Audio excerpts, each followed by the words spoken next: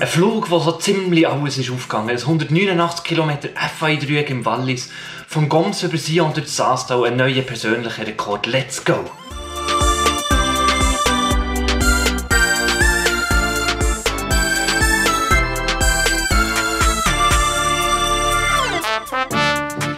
Salut zusammen! Ich möchte euch eine Geschichte erzählen von einem Flug, den ich wirklich nicht gedacht hätte, dass ich den bereits im April schaffe. Ich bin ins Wallis gefahren mit der Idee, ein grösseres FAI-3 zu fliegen.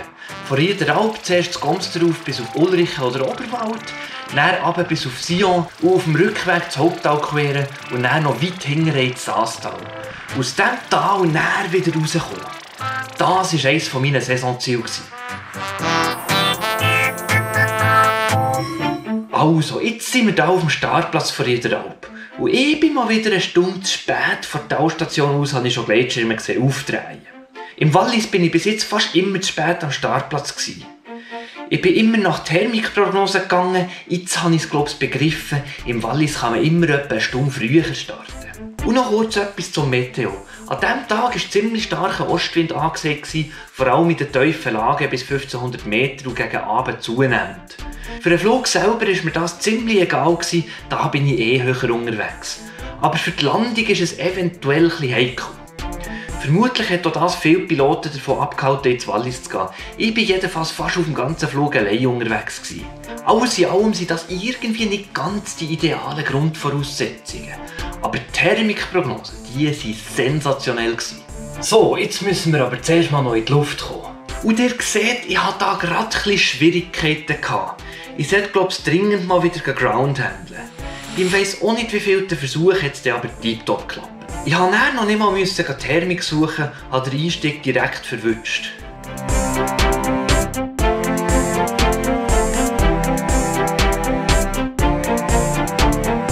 Weil der Thermikschlauch aber nicht so stark war, bin ich dann relativ früh weitergeflogen. Als ich schon fast bereut hatte, so tief losgeflogen zu sein, habe ich das Steigen gefunden, das gegen oben schon ziemlich gut war.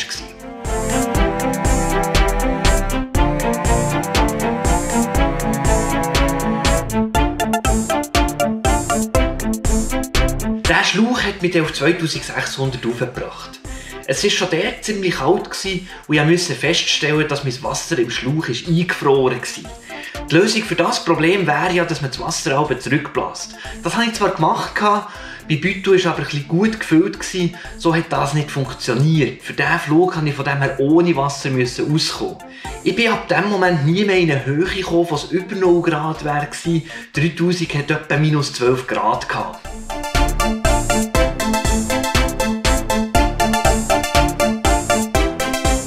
Bis zur Vierscher Alp ist es so mittelmässig gut gegangen, ich bin nie so richtig an die Basis gekommen. Das war nicht weiter schlimm, die Höhe habe ich erst kurz vor der Querung auf Belwald gebraucht. Weil es aber dort vorne auch nicht besser gegangen ist, habe ich schon mit 2800 abfliegen. Das wäre zwar gegangen, mit mehr Höhe kommt man aber auch viel effizienter weiter. Ich habe dann weiter hinten links noch einen super gesehen aufdrehen und bin auch noch dorthin. So konnte ich dann gut 400 Meter höher auf die Querung können und erst noch von einer besseren Position aus.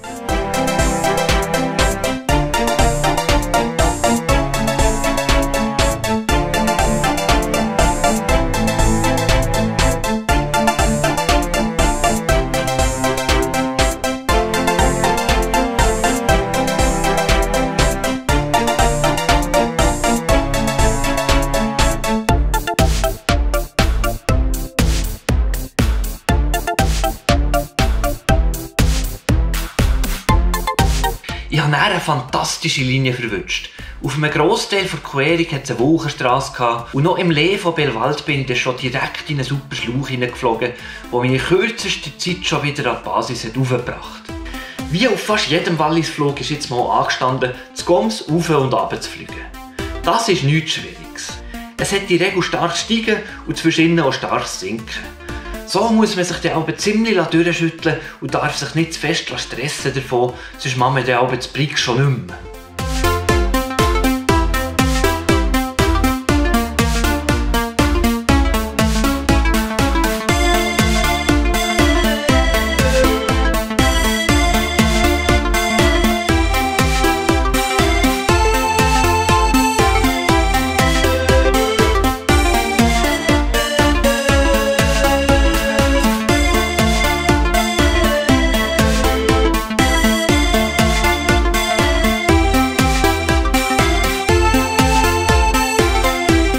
ist es jetzt langsam schon ziemlich gut gestiegen.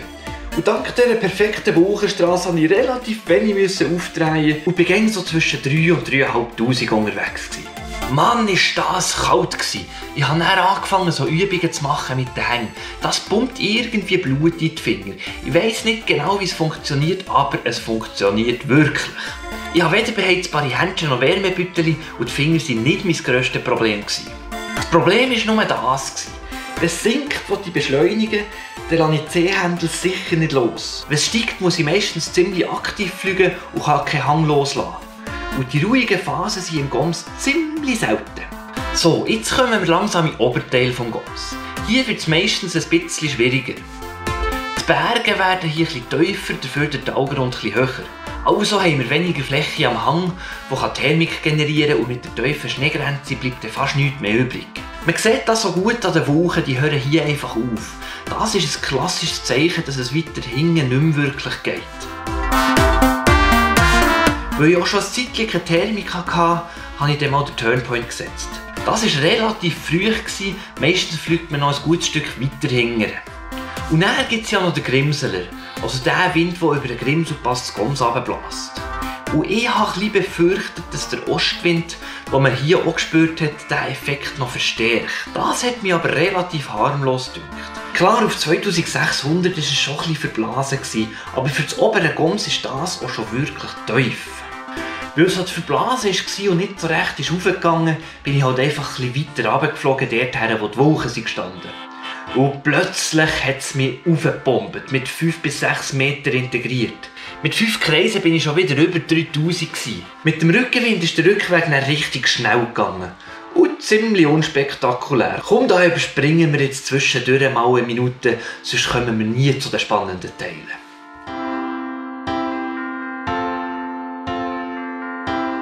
Jetzt müsst ihr aber noch schnell die Wolken hier anschauen.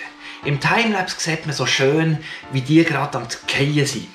Jetzt kommt nämlich gerade die Querung zurück auf Fisch und hier habe ich noch einen Fehler gemacht. Ich wäre für die Querung gerne noch etwas höher gewesen und bin wegen dem noch rechts an Kreta nachher Thermik suchen. Im Flug habe ich natürlich nicht realisiert, dass die Wolken gerade am Fallen sind. Mit diesem Wissen ist es klar, dass dort nichts steigt. Geradeaus hätte ich hingegen die perfekte Wolkenstrasse auf der Querung gehabt. Und 2800 war jetzt auch noch kein ernsthaftes Absaufrisiko zum Losfliegen. Aber mit diesem Schlenker bin ich dann halt neben dieser Wolkenstrasse durch.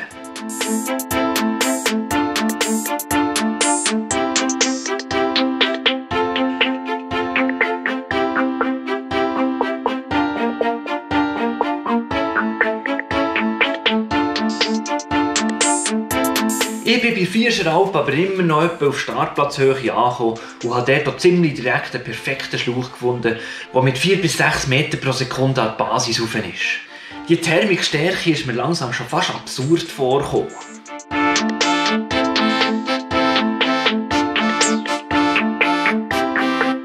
Und jetzt kommt eine ziemlich lange Phase, wo ich fast nur unter der Basis gerade ausgeflogen bin.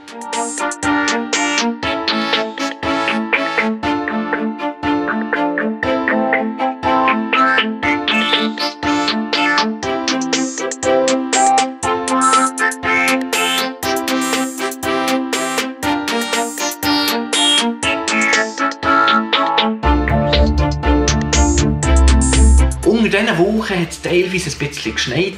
Ab und zu habe ich mal in einem 4 Meter Steigen 2 bis 3 Kreisli gedreht, für die Basis oben zu bleiben. Aber immer ein bisschen aufpassen, dass es mich nicht in die Woche reinzieht. So geht effizient fliegen. Aber hure kalt war es. Nicht, dass das neu wäre, aber das Gefühl, ich muss das immer wieder sagen, man sieht es einfach zu wenig auf dem Video. Auch wenn es dort kalt aussieht, es war noch viel, viel kälter.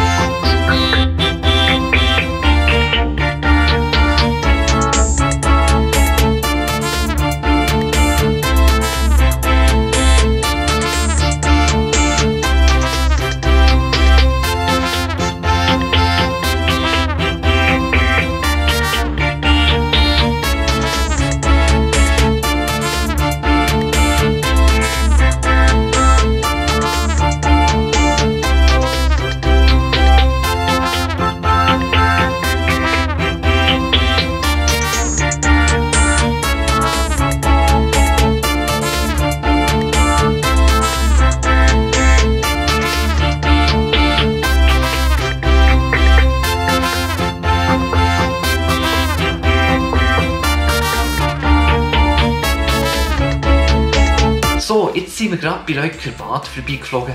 Das wäre irgendwie in diesem Tal da rechts. Und jetzt müssen wir tatsächlich mal wieder aufdrehen. Aber wie gewohnt steigt es auch hier ganz gut. So 4 bis 5 Meter pro Sekunde. Ich habe mich schon langsam daran gewöhnt.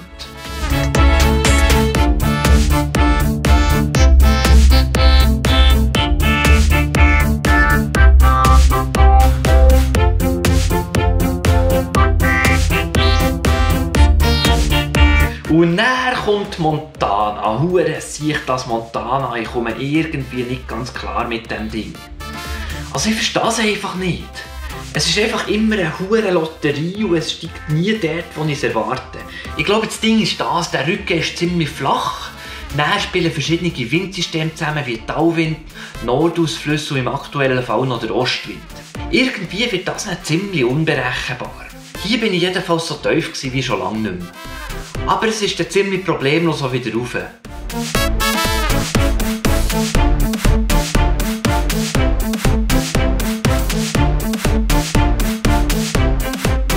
Und sobald man dann oberhalb von diesem Rippi ist alles auch wieder gut. Hier hat sich jetzt die Frage gestellt, ob bei diesem Rippi nachher rausfliegen oder direkt hintendurch das Tal queren. Normalerweise würde ich hier eher hintendurch gehen. In diesem Fall war aber der Hinterhang brutal abgeschattet und am Rippi vorne hatte es gerade perfekte Wolken und ein wunderschönes Sonnenfleckchen unten dran. Also bin ich mal dort vorgeflogen.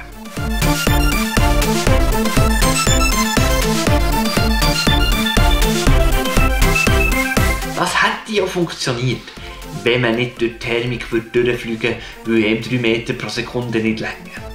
Dann musste ich halt zurückfliegen und mich mit dem zufrieden geben, was es gibt. Aber wirklich weit bin ich dann eben gleich nicht raufgekommen, also weiter an die nächste Sonnenflanke. Von hier an konnte ich dann langsam mal auf meinem Tablet schauen, wie weit ich noch fliegen soll. Die XC-Track App zeigt mir jetzt an, wo mein FAI-Sektor wäre, wenn ich jetzt kehren würde. Der FAI-Sektor ist der Bereich, wo ich noch reinfliegen muss, für dass es ein FAI-Dreieck gibt. Und dieser FAI-Sektor wäre langsam am richtigen Ort gewesen. Ich konnte aber auch durchaus noch ein bisschen weiter fliegen. An diesem Rippi hier konnte ich jetzt wieder mal an die Basis aufdrehen. Die Basis ist hier mit knappen 3200 deutlich tiefer als im Oberwallis. Langsam hat es so ein viele Wolken angefangen und es ist nicht mehr ganz so gut gegangen. Es war 3, langsam wäre es so gut auf die Südseite zu wechseln.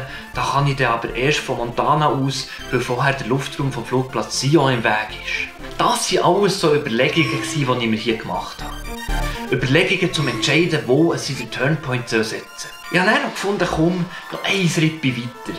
Dort konnte ich dann gerade wieder an die Basis drehen und gesehen, dass ich hinten dran noch ein bisschen hinterher fliegen könnte.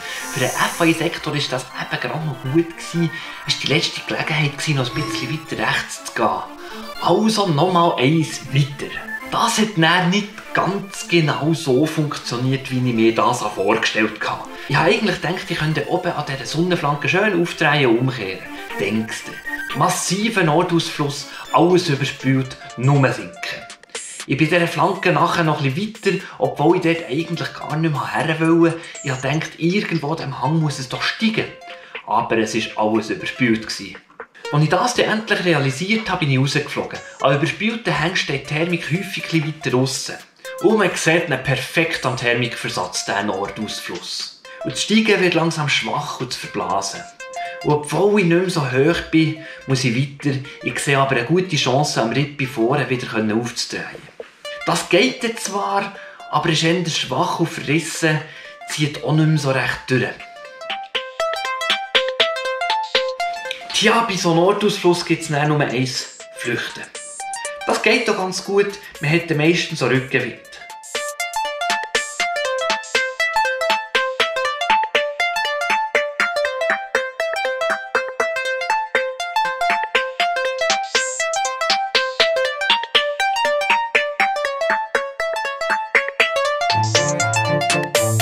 Und so habe ich dann den tiefsten Punkt auf diesem Flug erreicht.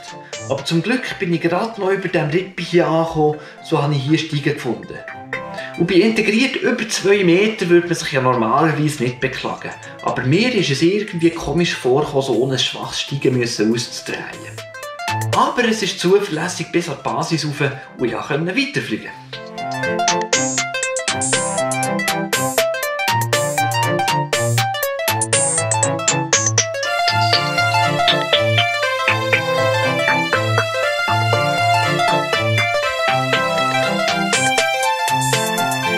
Und dann ist dann wieder die Querung zurück auf mein geliebtes Montana angestanden.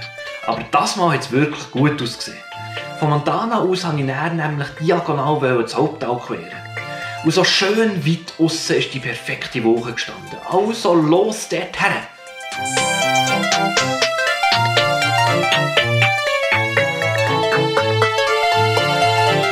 Und mittlerweile haben sich die Wolken auf der linken Talseite langsam auflösen. Auf der rechten Seite haben sie sich dafür perfekt bilden. Ein deutliches Zeichen, definitiv endlich überzuwechseln.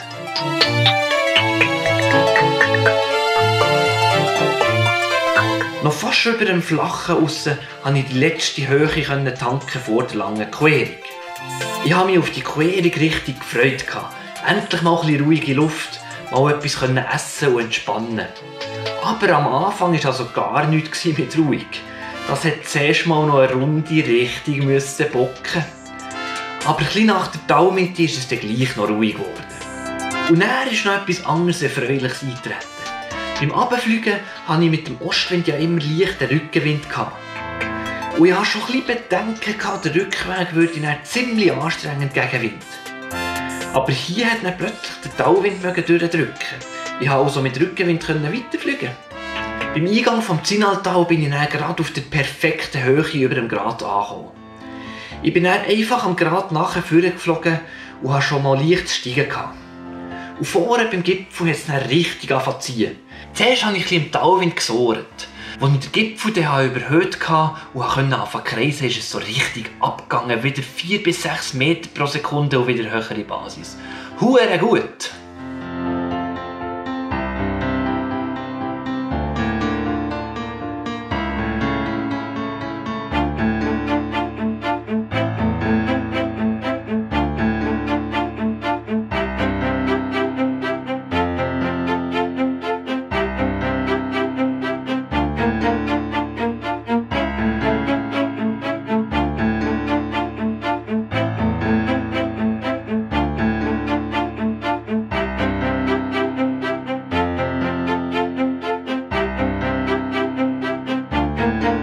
Jetzt bin ich zum Eingang vom Turtmanntal gekommen. Später im Jahr würde man hier ja schon deutlich weiter hinten in die Täler gehen.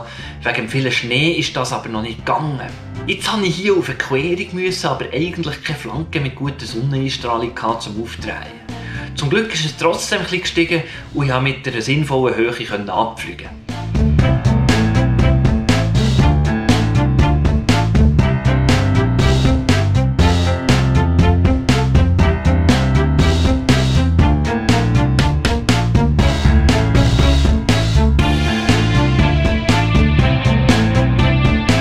Hier bin ich jetzt schon ein bisschen weiter ins Tal rein.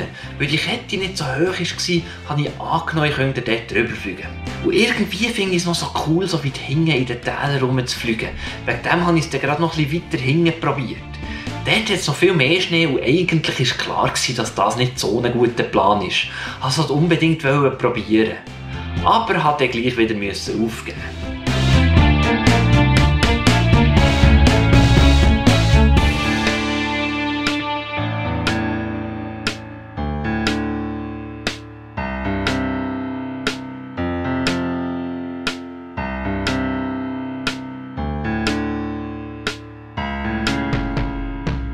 Aber hier ist es wie erwartet wunderbar rauf. Ich konnte problemlos über die Kette fliegen. Ich hatte hure Freude. Dann habe ich da vorne das Pässchen gesehen und die Hoffnung, ich komme dort drüber. Ich habe zwar nicht wirklich daran geglaubt, dass das lenkt, aber ich wollte es einfach probieren. Ich wollte es fast nicht glauben, als ich gesehen habe, dass es länger wird. Hinten sieht man auf Grächen und ins Mattertal. Man hat aber nicht bis an den Talgrund gesehen. Ich bin noch nie dort durchgeflogen und habe auch nicht gewusst, ob das Tal landbar ist. Habe mich von dem her nicht dafür gehabt, so knapp dort drüber zu fliegen. Mittlerweile weiss ich, dass das gegangen. Aber ich habe es hier auch gerade hure genossen. Es war ziemlich ruhige Luft.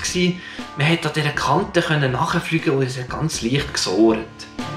Der Moment, wo ich mir ein bisschen Zeit genommen habe, einfach mal alles zu geniessen. Das hat mir wieder die Energie gegeben, die ich in diesem Moment wirklich gebraucht habe.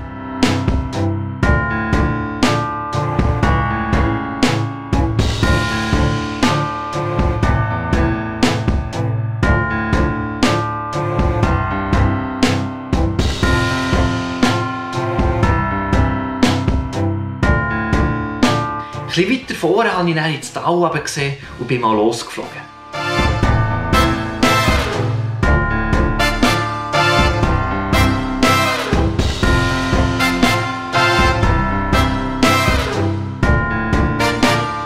Gegen rechts geht es hier ins Mattertal auf Zermatt, links geht es dann ins Saastal auf Saas-Fee.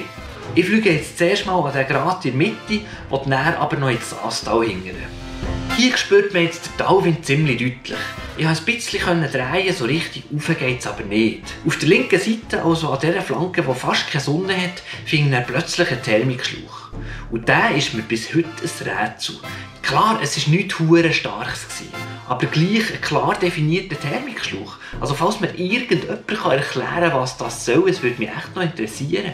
Ich habe es noch so genossen, über dem Skilift meine Kreise zu ziehen. Aber irgendwann habe ich dann gleich beschlossen, an die sonnige Westflanke im Saas zu gehen. Ich wollte ja schliesslich meinen Flug auch noch fertig fliegen.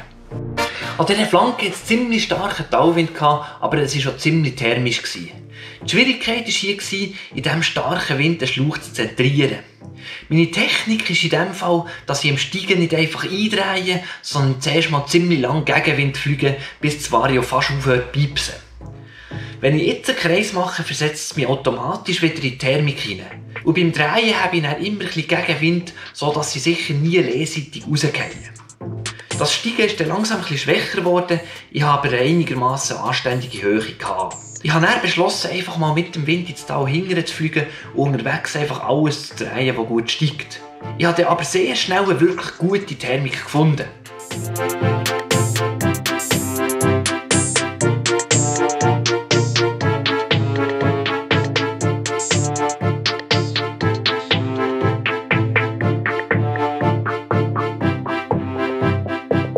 Das hintere Fliegen ist dann mit dem Rückenwind sehr gäbig gegangen.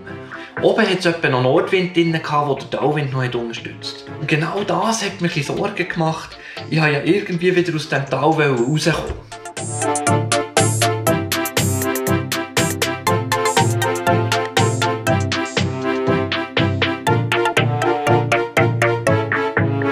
Jetzt bin ich ein bisschen vor Saas-Grund.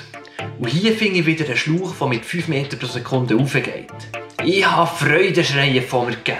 Und dieser Schlauch hat dann durchgezogen bis über 3800. Sie haben mir gesagt, dort oben sei es minus 17 Grad kalt gewesen, aber ich hatte so Freude gehabt, mir sind die schattigen Phasen im Unterwallis eigentlich kälter vorgekommen. Mein Tablet hat es aber gemerkt. Das war zwar eine Powerbank, aber es hat nicht mehr aufladen, weil es ihm zu kalt war. Jetzt war mein FAI-Sektor etwa in der Talmitte. Also habe ich noch schnell einen Schlenker über Saas-Grund gemacht. Mit dieser Höhe habe ich auch erwartet, dass ich nach dem Zurückkommen noch mal aufdrehen kann. Ein bisschen zittert habe ich aber schon, es war ja auch schon 5:30 Uhr. Auf dem Weg zurück ans Gelände habe ich dann den Gegenwind spüren. Es war aber nicht ganz so schlimm, wie ich befürchtet habe. Beschleunigt bin ich noch ziemlich gut vorwärts gekommen. Ein paar Kreise konnte ich dann prompt aufdrehen, dann hat der erste Schlauch aber abgestellt. Ich hätte eigentlich erwartet, dass es dort über dem Rippi wieder richtig raufgeht. Dort ist aber irgendwie gar nichts gegangen. Und jetzt musste ich ein bisschen durchbeissen. In turbulenter Luft, im Gegenwind mit teilweise schlechtem Gleiten aus dem Tal rausfliegen. Einerseits ist das Beschleunigen ohne allzu viel Höhenreserve nicht hure geil. Andererseits auch die Anspannung, dass ich ziemlich gleich Thermik finden muss. Man sieht nämlich, dass da vorne der Schatten schon ziemlich weit den Hang raufkommt. Und in diesem Fall fängt sich die Thermik erst ziemlich weit oben an zu bilden. Wenn ich hier zu tief komme, dann kann ich es vergessen. Aber es ist zum Glück nicht allzu lang gegangen und ich habe wieder einen super Thermikschlauch gefunden. Und der hat dann gar nicht so viel Windversatz gehabt. Irgendwie war der Wind gar nicht mehr so stark gewesen.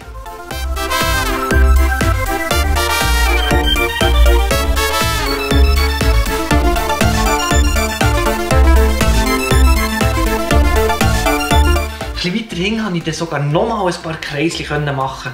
Das war dann der nächste Moment für Freudenschreien. Ich habe über das Saastal rausgesehen. Von dieser Höhe konnte ich eigentlich problemlos bis auf die Brücke abgleiten. Und ich war hure froh, dass ich hier diese Höhe gemacht habe. Ohne die hätte ich nämlich vorne bei den Fischterminen durchfliegen müssen. Und tief dort durch aus dem Tal rausfliegen ist wirklich nicht witzig. Also bin ich gerade ganz hinten durch den hohen Bergen nachher gerade weiter rechts anfliegen.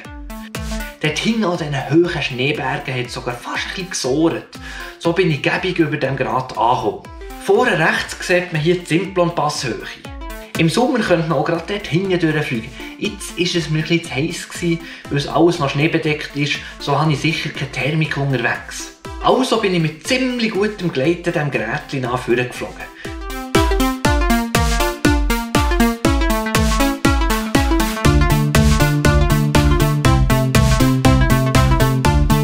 Und hier hat es mir gerade schüsst gelangt, noch ein bisschen weiter rechts durch abzukürzen. Es hat dort so eine kleine Lücke, die man durchsneaken kann.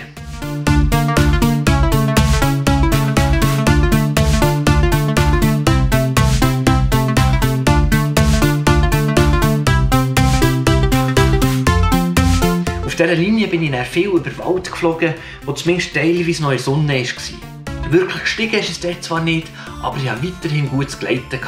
Und vor mir sieht man schon Brig. Bis dort lenkt es sicher locker. Ich fliege jetzt mal aus dem Wald an, dort steigt es am Abend oben fast immer noch ein bisschen.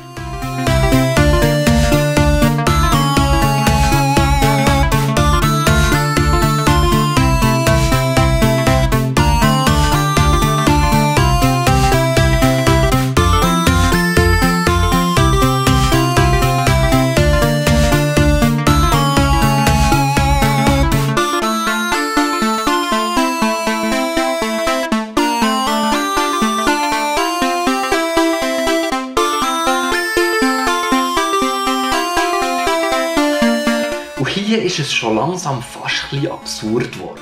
Klar habe ich erwartet, dass es über Roswald noch ein bisschen raufgeht. Aber nochmal auf 3800? WTF? Mit dieser Höhe konnte ich dann noch ein bisschen Sightseeing machen. Die Höhe für das Dreieck komplett zu schliessen und über den Startplatz von jeder Alp zu fliegen, hatte ich einmal locker gehabt.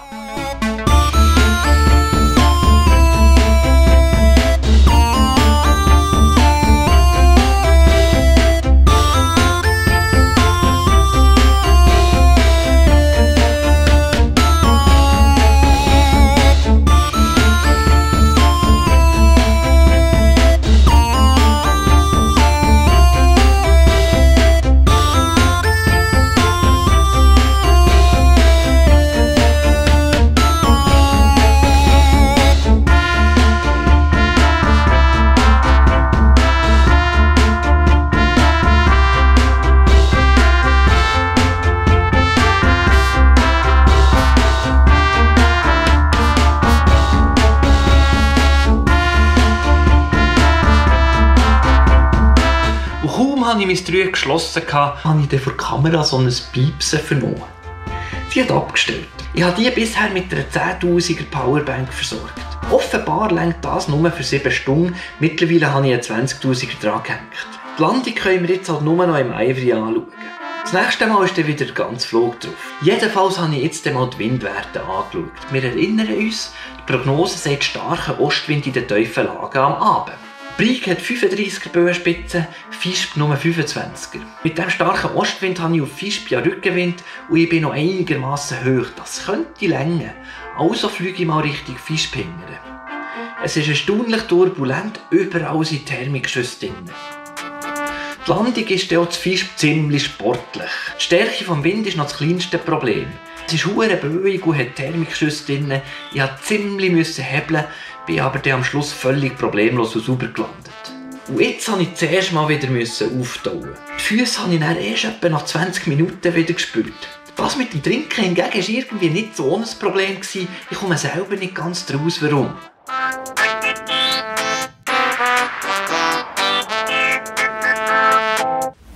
Das wäre jetzt also mal ein 189er FAI 3 gewesen. Wenn ihr das noch im X-Contest anschauen wollt, das habe ich wie immer in der Beschreibung verlinkt. Ich finde es super, so ein intensives Erlebnis mit euch zu teilen. Ich hoffe, das Video hat euch gefallen. Wenn ihr mich unterstützen und nicht verpassen, wenn es ein neues Video von mir gibt, dann müsst ihr noch schnell abonnieren. Likes und Kommentare sind natürlich auch immer willkommen.